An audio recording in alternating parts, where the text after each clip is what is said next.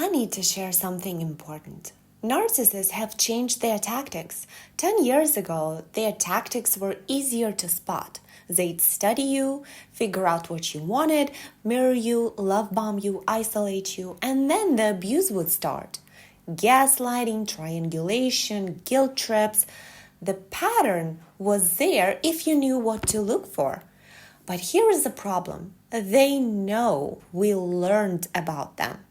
They know we know, and they adapted. So many of them have gotten smarter, more calculated, more subtle. And that's what I want to talk about today, because I've noticed a tactic that doesn't get discussed enough. I call it a mercury candy. As many of you know, mercury is a toxic heavy metal, and that's exactly why I use this name. Narcissists often give you something that looks valuable, helpful, or even life-changing on the surface. It's hard to say no to. It may even seem like exactly what you need. But hidden inside is a poison. The gift is all about getting access, so their poison can penetrate deep. New tactic narcissists use, a mercury candy. Let's use an example. Let's say there is a woman named Pollyanna. She's at one of the lowest points in her life. She recently escaped a narcissistically abusive relationship and she's struggling to cope. To numb the pain, she's developed a vaping habit. She's exhausted, confused, and trying to put her life back together. So she starts attending support groups. She shares openly about her struggles. She wants to heal. And sitting in one of those meetings is one of these predators. They immediately notice her. Not because they care, but because they see potential. They scan people. They are looking for empathy, vulnerability, loneliness, self-doubt, generosity, a desire to help others. They look for people who have something to offer and whose boundaries have been weakened by pain. Now, here is where the new tactic comes in. They don't start love bombing her. They don't start controlling her. They don't start gaslighting her. That would be too obvious. Pollyanna has already been through the narcissistic abuse. She knows what that looks like. Her alarm bells would go off immediately. So instead, they do something smarter. They identify her problem and offer a solution. Maybe they help her quit vaping. Maybe they recommend a book that genuinely helps. Maybe they introduce her to a recovery technique that actually works. Maybe they spend hours listening and supporting her. And here is the thing. The help is real. The solution works. The advice is valuable. That's the candy. And because it works, trust begins to grow.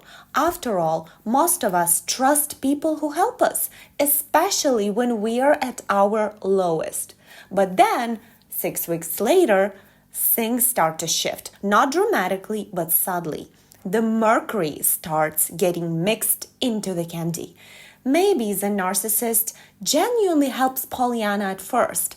Perhaps they help her realize that her family's constant criticism damaged her self-esteem. Maybe they encourage her to stop blaming herself for everything. Maybe they help her understand trauma, boundaries, or codependency. That part is useful. That part may change her life for the better. But now they start introducing ideas that sound wise on the surface, but quietly undermine her ability to protect herself. Things like, you need to stop judging people. You just don't trust the world. That's a problem. Everyone is doing their best. Your anger is the real problem. You need to forgive before you're ready. Maybe you're attracting this situation because of your energy.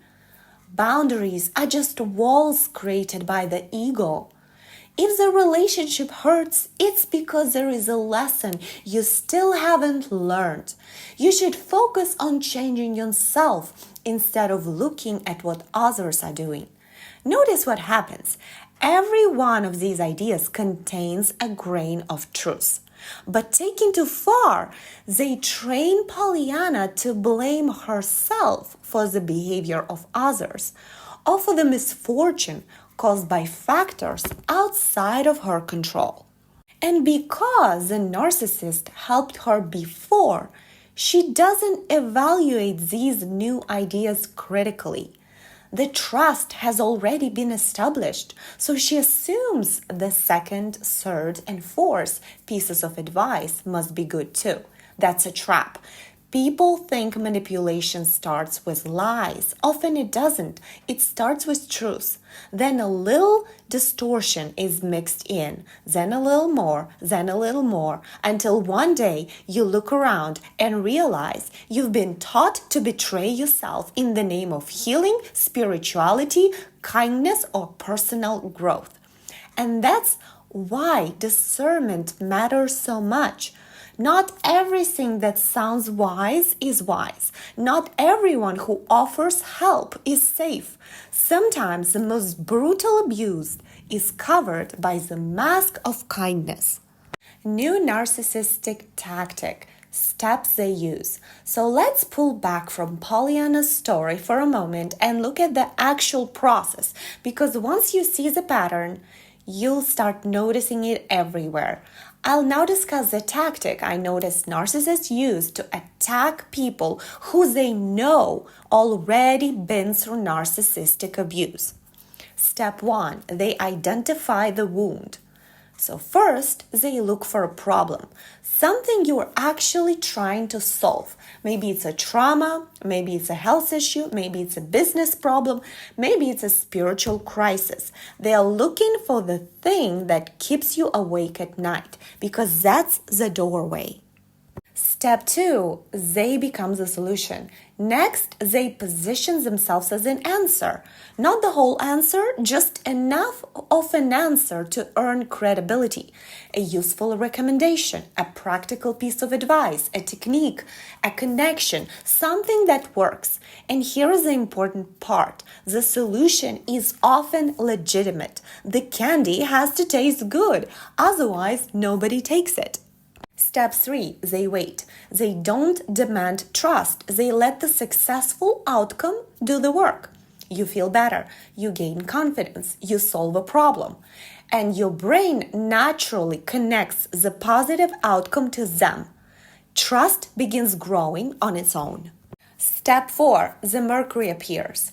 Only after trust is established does the poison arrive. This is the part most people miss. The narcissist starts to add in tiny amounts of poison, so tiny you don't even notice it's there. And then they slowly distort the candy until it's so toxic it makes you critically sick. And before you know it, you're back in a dynamic that looks surprisingly similar to the one you thought you escaped. This is also how they spoil the good that already exists in the world. Let's say there is a good company or a spiritual teaching that is genuinely useful and helpful. How do they destroy it? They may offer something valuable to infiltrate it. That's the candy part. And then once they are already inside, poison it from within. They start polluting the message from within, not all at once, little by little. Healthy ideas get mixed with unhealthy ones. Truth gets mixed with distortions. Empowerment gets mixed with dependency. Discernment gets replaced by blind obedience. What once helped people become stronger slowly starts teaching them to tolerate what they shouldn't tolerate and ignore what they shouldn't ignore.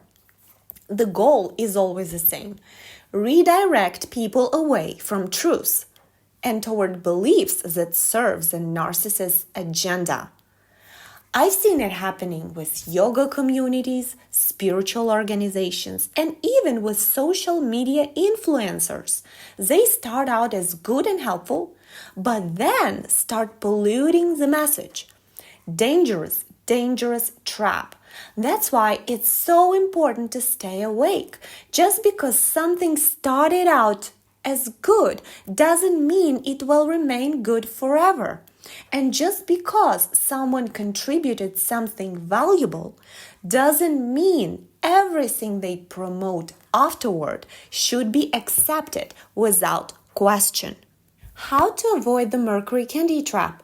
I believe that the best protection is learning not to trust people on autopilot, no matter how much good they have done for you.